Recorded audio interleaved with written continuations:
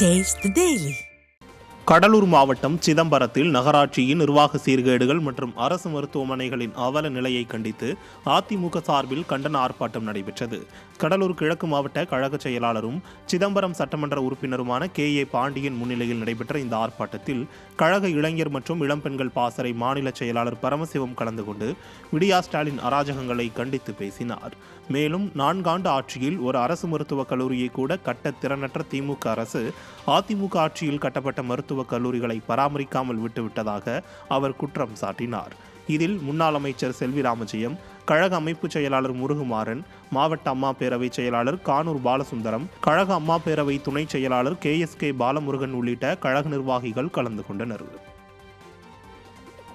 வடகாடு சாதிய மோதல் தொடர்பான வழக்கில் மாவட்ட ஆட்சியர், மாவட்ட காவல் கண்காணிப்பாளர், வருவாய்த்துறையினர் ஒயிட் காலர் வேலைதான் செய்கிறார்கள் என உயர்நீதிமன்ற மதுரை கிளை விமர்சித்துள்ளது. வடகாடு சாதிய மோதல் விவகாரத்தில் உண்மை குற்றவாளிகளை கைது செய்யவும், பாதிக்கப்பட்டவர்களுக்கு வன்கொடுமை தடுப்புச் சட்டத்தில் உரிய இழப்பீடு வழங்கவும் உத்தரவிட வேண்டுமென மனு தாக்கல் செய்யப்பட்டது. இந்த மனு மீதான விசாரணையின் போது மாவட்ட ஆட்சியர், மாவட்ட காவல் கண்காணிப்பாளர், வருவாய்த்துறையினர் ஒயிட் காலர் வேலைதான் செய்கிறார்கள் என்றும், கலவரம் நடந்த அன்று சம்பவ இடத்திற்கு நேரில் சென்று மாவட்ட ஆட்சியர் ஏன் ஆய்வு நடத்தவில்லை என உயர்நீதிமன்ற நீதிபதி கேள்வி எழுப்பினார். நீதிமன்றத்தின் கேள்வி போலி சமூக நீதி பேசும் ஸ்டாலின் அரசின் முகத்திரையை கிழித்திருப்பதாக மக்கள் விமர்சிக்கின்றனர். தமிழக கடலோர பகுதிகள் மற்றும் அதனை ஒட்டிய பகுதிகளின் மேல் மற்றும் தென்கிழக்கு வங்கக்கடல் பகுதிகளில் வளிமண்டல மேலடுக்கு சுழற்சி நிலவுவதாக சென்னை வானிலை ஆய்வு மையம் தெரிவித்துள்ளது.